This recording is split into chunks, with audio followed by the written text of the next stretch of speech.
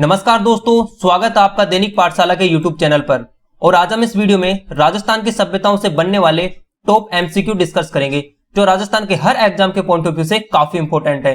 दोस्तों, इस वीडियो में डाले गए सारे क्वेश्चन आपके लिए इंपॉर्टेंट होने वाले हैं, जो आपकी तैयारी को और भी ज्यादा स्ट्रॉन्ग बनाएंगे। तो बने रहे हमारे साथ इस वीडियो के अंत तक। और यदि आपने अभी तक हमारे चैनल को सब्सक्राइब नहीं किया तो चैनल को सब्सक्राइब कर लो, साथ में घंटी वाले आइकन को दबाकर नोटिफिकेशन ऑन कर लीजिएगा, ताकि हमारे द्वारा डाला गया हर वीडियो का अपडेट आप तक पहुंच सके। तो चलिए वन बाय वन करके सारे क्वेश्चन डिस्कस करते हैं। सारे ही क्वेश्चन इंपॉर्टेंट है।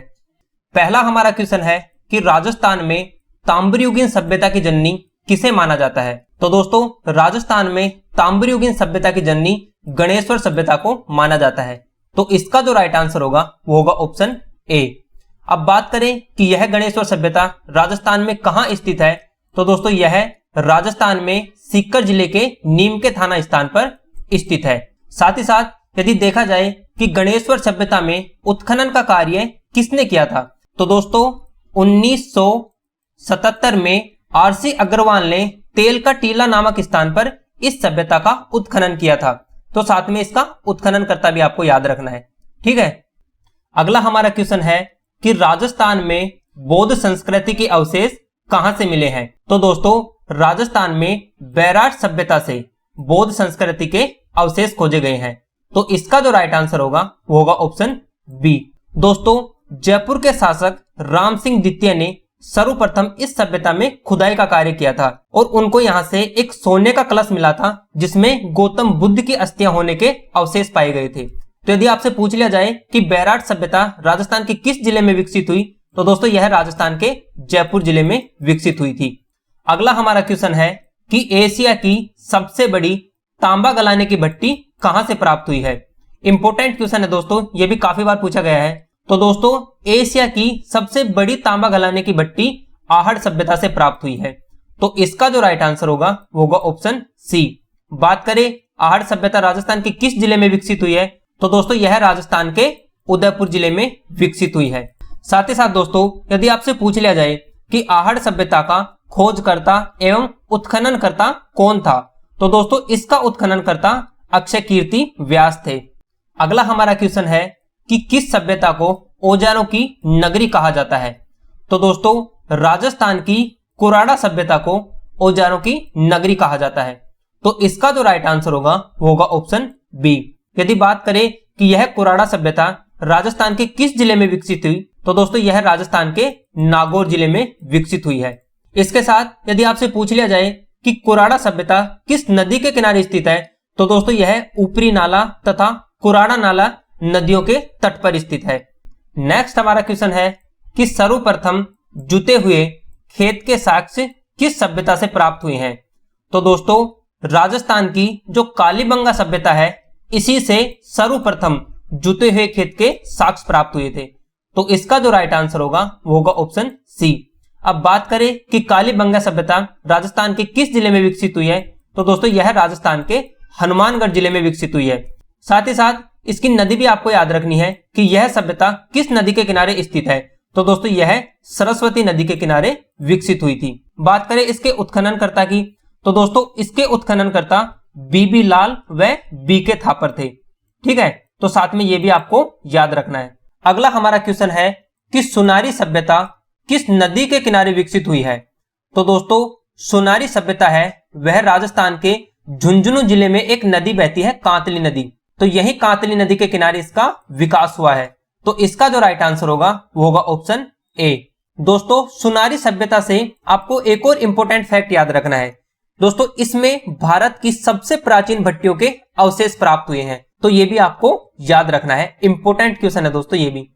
अगला हमारा क्वेश्चन है कि अशोक के भाबरू शिलालेख राजस्थान में कहां से खोजे गए।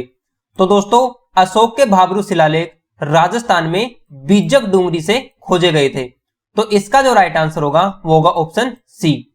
बात करें कि यह बीजक डूंगरी राजस्थान के किस जिले में स्थित है, तो दोस्तों राजस्थान की राजधानी जयपुर में यह स्थित है। दोस्तों, बीजक डूंगरी से कुल 2 शिलालेख खोजे गए थे, जिसमें पहले शिलालेख की खोज कैप्टन रॉबर्ट ने की थी और दूसरे शिलालेख की खोज कोलाइल ने की थी, ठीक है। पहले की खोज कैप्टन रॉबर्ट ने और दूसरे की खोज कोलाइल ने। तो ये दोनों भी नाम आपको याद रखने हैं। अगला हमारा क्वेश्चन है कि किस सभ्यता को कालीबंगा प्रथम के नाम से भी जाना जाता है। इंपॉर्टेंट क्वेश्चन है दोस्तों, ये भी काफी बार पूछा गया है। तो दोस्तों राजस्थान में सोंधी सभ्यता को कालीबंगा प्रथम के नाम से भी जाना जाता है। तो इसका जो राइट आंसर होगा वो होगा ऑप्शन सी। बात करें कि यह सोंधी सभ्यता राजस्थान के किस जिले में विकसित हुई है, तो दोस्तों यह राजस्थान के बीकानेर जिले में विकसित हुई है। अगला हमारा क्वेश्चन है कि 10.5 सेंटीमीटर की सुई के अवशेष कहां से प्राप्त हुए हैं। तो दोस्तों राजस्थान में 10.5 सेंटीमीटर के अवशेष बागोर सभ्यता से प्राप्त किए गए हैं। तो इसका जो राइट आंसर होगा वो होगा ऑप्शन ए। बात करें कि यह बागोर सभ्यता राजस्थान के किस जिले में विकसित हुई है, तो दोस्तों यह राजस्थान के भीलवाड़ा जिले में विकसित हुई है। बात करें नदी की, तो दोस्तों यह सभ्यता राजस्थान की कोठारी नदी के किनारे स्थित है। तो यह भी आपको याद रखना है। नेक्स्ट हमारा क्वेश्चन है कि राजस्थान के सबसे प्राचीनतम जीवाश्म के अवशेष किस सभ्यता से प्राप्त किए गए हैं। इंपॉर्टेंट क्वेश्चन है दोस्तों। तो दोस्तों राजस्थान में सबसे प्राचीनतम जीवाश्म के अवशेष सानू सभ्यता से प्राप्त किए गए हैं। तो इसका जो राइट आंसर होगा वो होगा ऑप्शन बी। बात करें कि यह सानू सभ्यता किस जिले में स्थित है, तो दोस्तों यह राजस्थान के जैसलमेर जिले में स्थित है।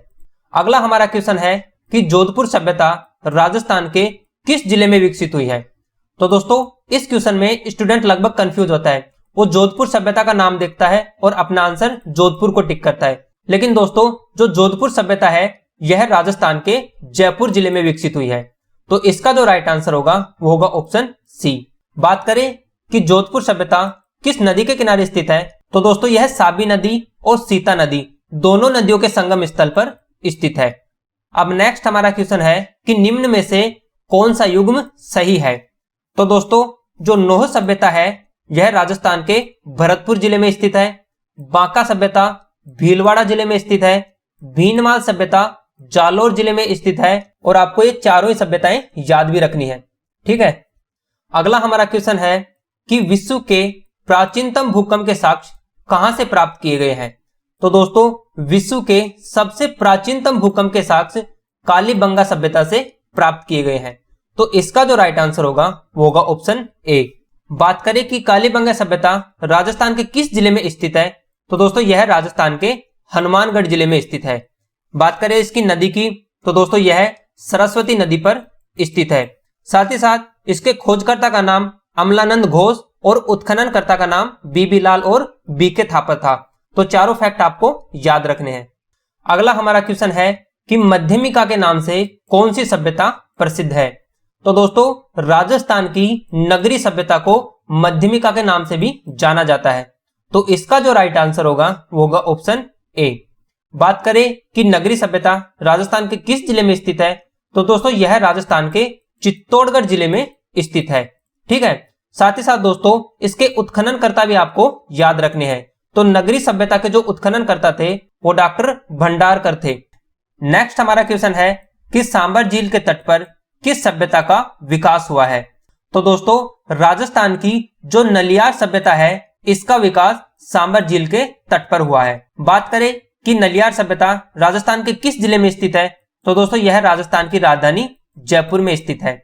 साथ ही साथ इसके उत्खननकर्ता भी आपको याद रखना है। दोस्तों नलियार सभ्यता के उत्खननकर्ता दयाराम साहनी थे। अगला हमारा क्वेश्चन है कि किस सभ्यता से काली व लाल मिट्टी के मृद भांड प्राप्त हुए हैं। तो दोस्तों बैरोर सभ्यता से 100% काली और लाल मिट्टी के मृद भांड प्राप्त हुए हैं। तो इसका जो राइट आंसर होगा वो होगा ऑप्शन ए।